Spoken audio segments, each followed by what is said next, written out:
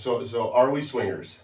Yeah, this podcast is answering the question, are we swingers? We get approached a lot on social media, through our TikToks and things like that. People asking if we are swingers, if we're in the lifestyle. Thanks for checking out our channel, The Impulsive Duo. Make sure to hit the like and subscribe button.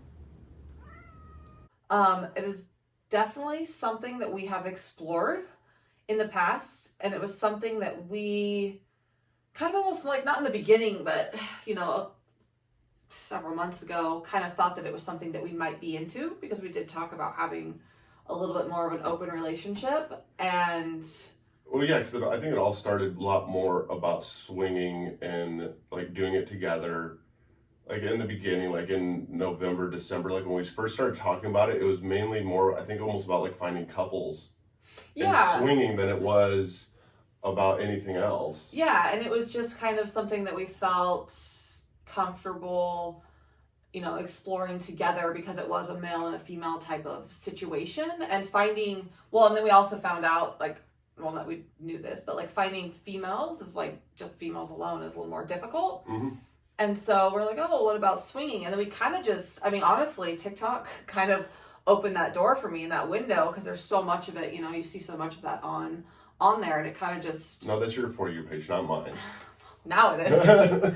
Yeah, so it just kind of opened my eyes to the lifestyle, and like how do you even go about this? And so, the resources, it's a lot easier to find the resources out there, different apps, different communities, and a lot of big creators and stuff like that. So it was just kind of, they made it a little more mainstream and made it easier. So we did get on like SLS, which is a swingers app. Mm-hmm. And we started talking to a few couples. It's easier to talk to couples. Like couples were easier to talk to than just finding a single woman. Yeah, no, definitely. And it was just kind of more of like a, even just finding like-minded friends. Like we kind of thought people that are a little more open-minded. We both, went through divorces. Eric moved here. I, didn't lose a lot of friends in the divorce, but, you kind of lose that couple things like that. So we were just kind of like, oh, it'd be nice to kind of make some couple friends together. Couple friends, and even like the friends that you already have, or work friends and stuff. And next thing you know, all of a sudden they're like, oh, so you're a swinger now. Yeah, there's a little bit of judgment that goes with that. Yeah, it's almost just something that you kind of keep separate, I guess, from your day-to-day life. And so finding new friends kind of in that community was kind of our goal too, not just to find people just to hook up with. It kind of even wasn't even always just about that. No, we wanted people to go do stuff. Yeah, it'd be fun to find couples. So we did jump into the lifestyle. We joined some apps, and we did talk to several couples. We definitely had some interesting stories. Well, yeah, no, we talked to some different couples. Some of the couples are really cool, but some of the couples are just interesting. They're a handful. Yeah, some were definitely very want to jump into bed, very aggressive. And that's where you and I are also different. When it comes to swinging, her personality and my personality is very different. I'm more jump into bed and she's more connection. Yeah, I'm more looking I want to talk and get to know people and things you weren't just looking to jump right into bed, but you didn't converse as much. You were kind of just let me take the lead with it all. Yeah. But, we definitely have some interesting stories. We met this one couple, and they kind of the guy invited us to this event. Oh, to the party. Yeah. And come to find out, we didn't go. Luckily we didn't go. Eric did a little bit of digging, and he kind of the guy invited us into a Kick group. A lot of people in the swinging community use the app called Kick. And he, it ended up being pretty much all dudes, a whole bunch of dudes. It was pretty much like a gangbang party, and there would be one or two of you, or maybe three. So we finally asked, we're so is this a couples thing? He's like, oh no, there's usually 10 guys, maybe 3 girls will show up. I was like, hey, no, that's not even remotely something I'm interested in. I just thought it was gonna be a way to meet. I was like, oh, a bunch of couples hanging out, so it definitely wasn't. Well, it wasn't. The other problem with getting into the swinging lifestyle, or being a swinger, or looking for other couples is who you talk to. Because she does all the conversation. It's easier for you to do it, for you to find the connection, and how many guys do you end up talking to that it's the guy and not the woman? Yeah, and that was also what I found. Just being kind of new into the lifestyle, that was an immediate thing. I was noticing that a lot of men were reaching out to me, and I was talking to men. And at first I was kind of okay, they're maybe just more outgoing and kind of just take the lead on it, in some relationships, and that's normal. Everyone's relationships dynamic is different, and I understand that. But it was definitely it was definitely like there was some situations where it was a little weird. Like I was like, "Are you sure your wife knows you're doing this?" Like, well, no, the dude's asking you out on a date. Yeah, and finally one guy was like, "Well, do you think your boyfriend would care if I just took you out on a date alone?" And I was like, yeah, like that's not what we're doing That's here. not even what swinging is, though. Yeah, like we were, and then he did point blank ask me finally if I would ever have an affair. And I was like, nope, like I'm not interested in that. But that's the thing, too, is how many people go by the disguise as swinging. Like, with women, it's hard to just talk to a single woman or find a single woman, but when swinging, it's finding a guy that actually his wife is down and knows what he's doing. What I've noticed is that it's really, like, kind of important that, like, the woman is pretty heavily involved, and I think women kind of connect on a different level, and so connecting with the woman, I think is really important. So I kind of did notice that, and so that was kind of just some, red flags that we noticed in the community. We did end up meeting a couple who we just adore. They've become friends of ours. We've hung out with them. They don't live here, so we go and hang out with them a few times. But in the first time, like it wasn't like jump into bed type of situation either. It was just like-minded friends, and we just went out to dinner and hung out, and that was it. Yeah. So it's definitely, but it's been nice to kind of. Well, that was only the first time. The second time we hooked up. Well, the second, yeah, I was getting there.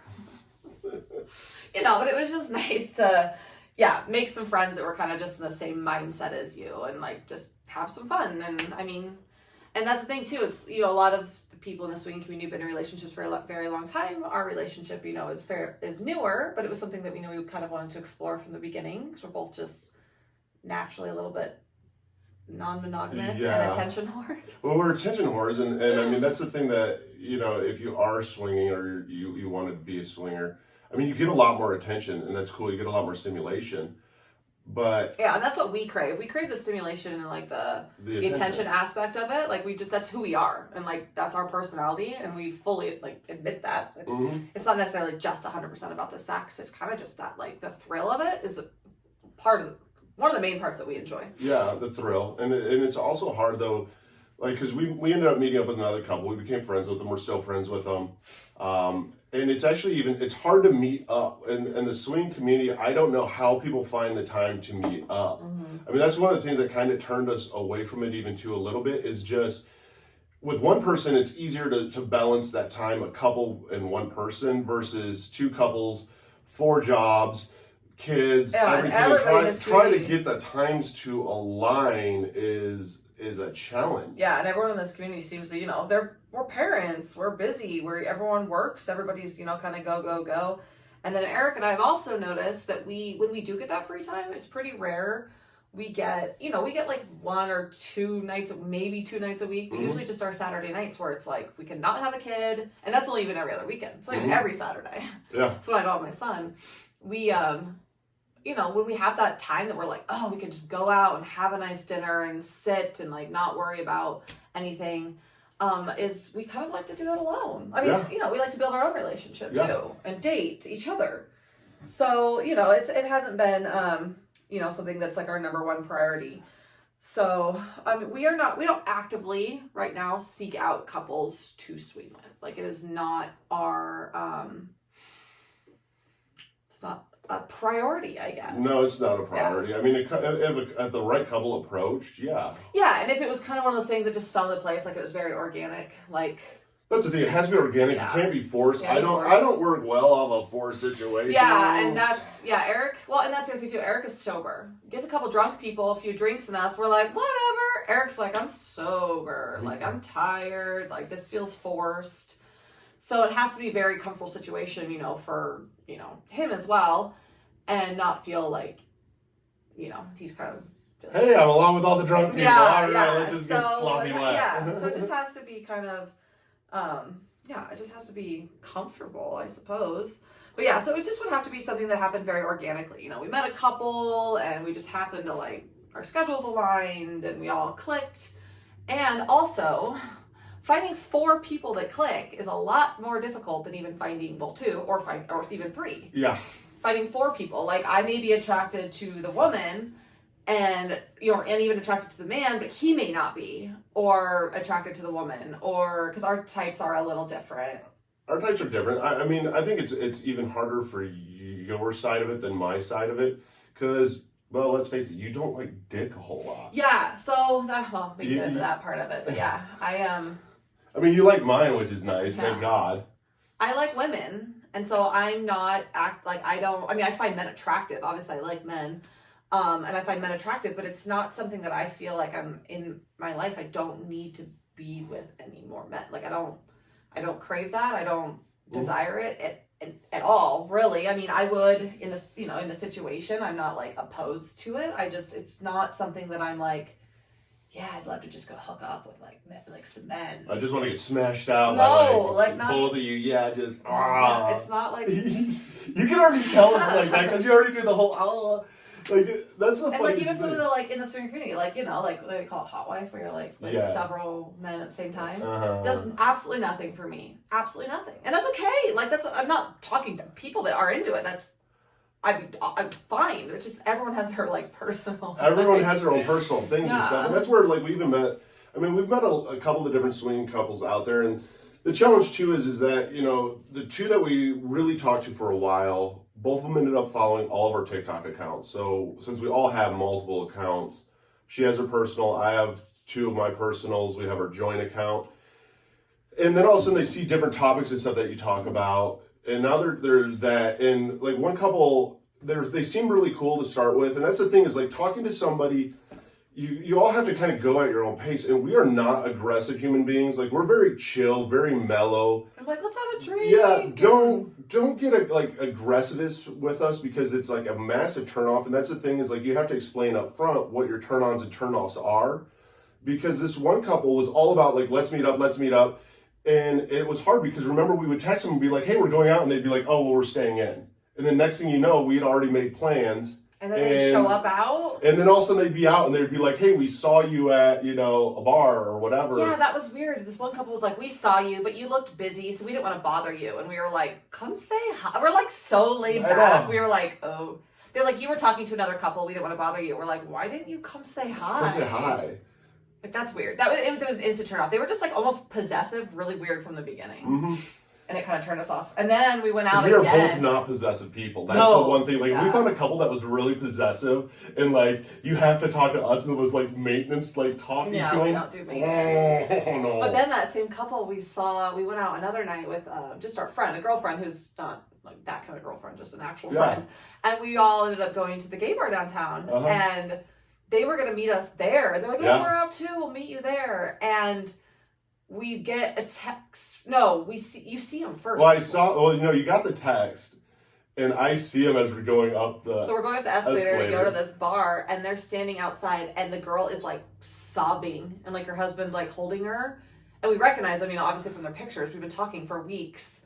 And she's crying. And they just look wasted. Yep. And then they texting us we got kicked out because we're too straight. We're not gay enough. We're like, okay. Yeah. We dodged that bullet. We're like, well, sorry, we're going to stay here because this is where our friends want to go. It was just really, So there's been some interesting. Because we had stories on it. Because, we actively pursued swinging for probably 2 or 3 months. Yeah. And then even when we went to, when we went to Vegas. Yeah, we went to a swingers club in Vegas, which we could tell that story, I guess. The swinging club in Vegas was cool. I will say this, out of all the clubs and anywhere I've ever been, especially sober, a swingers club is the coolest fucking, experience that we've had. People there are just super nice, they're super friendly, they're super open. You know that there's no judgment, and that's the thing is if you know that people are all there for the same kind of underlying reason, you don't have to really talk about it because we're all there for the same reason. Mm-hmm. And it's kind of cool because you get to meet a lot of people that are open-minded like that, and it was fun. Yeah, so there's several different swingers clubs in Vegas, and some high-end ones, things like that. We were there the week before Christmas. And it wasn't even a weekend, so it was kind of a weird, lots of them were not even open, and there wasn't much of a crowd. So we were like, oh, well, we met some people on TikTok. A girl that we follow, TikTok wife, I think, or Swinger wife, I think it is. Swinger wife. Sorry, I want to give her a shout out. She invited us to. They live in Vegas, and they are in the lifestyle, and they work at this. Well, I don't know if work would be the word. Her husband DJs a little bit. Husband does karaoke, whatever. They're associated with this club. So anyway, she reached out to us and was like, "Hey, you guys are in Vegas. I saw on TikTok. You should come check it out. And it was definitely more of like a locals, like off the strip, like more of like a local Vegas club, not like touristy, which was kind of cool. We met some everyone was so nice. They were so nice. Everyone was so nice. Yeah, I mean, it definitely wasn't really, I don't mean it like in a bad way. It just wasn't really like our scene, but it was definitely very fun to meet people in the lifestyle and just kind of see like, you know, other people's like experiences, and like they gave us like a tour of the building, and it was definitely cool. It was definitely a fun experience. I was like, I'm gonna need some more alcohol to be here though. No, it was a fun experience. I mean, we didn't end up hooking up with a couple. No, we just weren't in that place, but it was definitely somewhere fun to just be like, say you went. I mean, say you went. Yeah. But then it's also kind of fun because I mean, we ended up having sex in one of the rooms with the door open. Yeah. So and there's the whole crowd of everybody just, hey guys. Oh my god. Yeah, that was a little. One guy over there jacking off and having sex. Are we talking about that on our? Yes. On our YouTube video. Yeah, so it was definitely an experience. I mean, they kind of have different rules. Like there's like separate rooms, and like if you're in a room and like the door's shut, obviously like nobody goes in. No one. It's like everyone has like the utmost respect. There's security, but everyone's like so respectful. And then there's the doors, and then you can take a chain. If you can leave the door open and put a chain up, and that means people can like see you, but nobody can come in. That's like, but if you take the chain down, that means you're like inviting people to come in with you.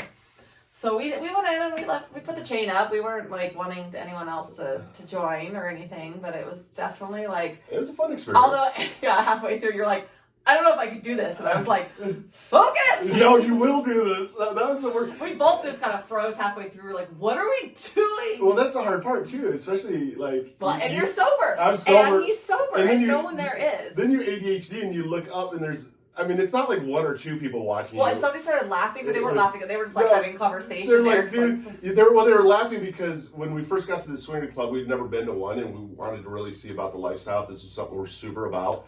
And she ended up finding these people, and they're like, oh, you want to watch somebody have sex? Here. And so you went over, and she's watching, you know, we're sitting there, she's sitting there drinking, I'm sitting there drinking Red Bull or whatever. You're like, and you're just watching people having sex, and she's like, this is cool. So then when we were doing it, they're both looking, and they're like, see, you guys can do it too. And it's like, we're so proud of you. Yeah, and they're all like giggling and stuff, and it's like, that's distracting when you're like, wait, what? And then you look up, and there's all these people just kind of staring at you. Yeah, a little bit different of environment, but it's fun. I mean, I think stuff like that keeps it all exciting. Yeah, no, it's fun. I mean, what happens in Vegas stays in Vegas. I mean, not for us, well, because we just put it on YouTube and our podcast. But it's kind of one of those things that, like, there's something about Vegas where you just kind of, like, you let your guard down and you're like, fuck it. Yeah. Like, it's a little bit like you feel sexy, you know, everything about Vegas. And we got all dressed up and... Yeah, we had fun. It was fun. It was definitely a fun experience. I don't know, like... I mean, I'd probably go back, I guess, if we went. I definitely would want to check out some other clubs. You know, I mean, I don't, you know... Yeah, we want to check out other clubs and stuff. We're not...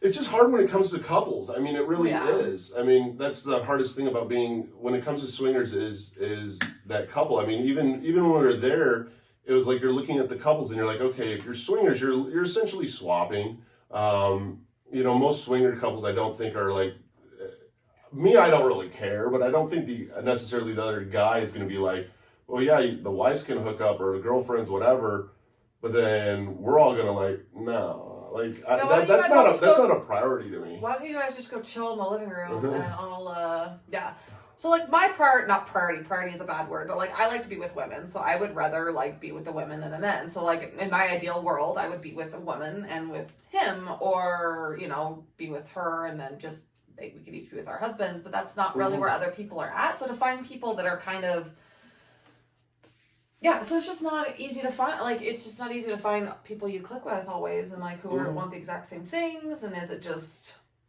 Yeah, no. Do they want the same things? You know, are you both kind of attracted to them? And is this something that really excites you? Because like for me, I mean, I'm not bi, I'm straight, so you know that cuts out some of the couples too, because the guys are bi. Yeah, majority of people in this lifestyle that we've met have been straight. The majority of them are straight. But they're looking to hook up with women. Yeah, and it's one of those that... We're also not, and that's the other thing too, our relationship, we haven't been, I mean, we've only known each other a year and a few months. Yeah. It was a year in January. So our relationship is still fairly new. And so we're still not in that phase where we're kind of like, it'd be fun to spice it up and sleep with other people. Like, we're not. No. Also, our sex life. Our sex life is pretty healthy. Yeah, we have a really healthy sex life. We're really happy. We still have a lot of things we still want to do together and different things. And so it's not like we don't feel like we're lacking in any way. And I think it's sometimes the swinger community, not always, but sometimes, that's how they spice up their relationship after 10 years which is. No, yeah. We're not saying we would never get there. I mean, it's kind of just a natural progression of a relationship, but we're not like actively like, oh, we need to. It's not like our sex is super vanilla, super boring, and it got like mundane and routine. Yeah, we're not in that situation at all, and so for us, it's not like a huge a priority. Yeah, no, it's not. I mean, and so I mean, it's one of those that we were all gung ho about it, but then. That kind of faded off, and then it kind of transitioned and grew into something else. Yeah, and I think that's like kind of where it'll go, and it doesn't mean that we're not like.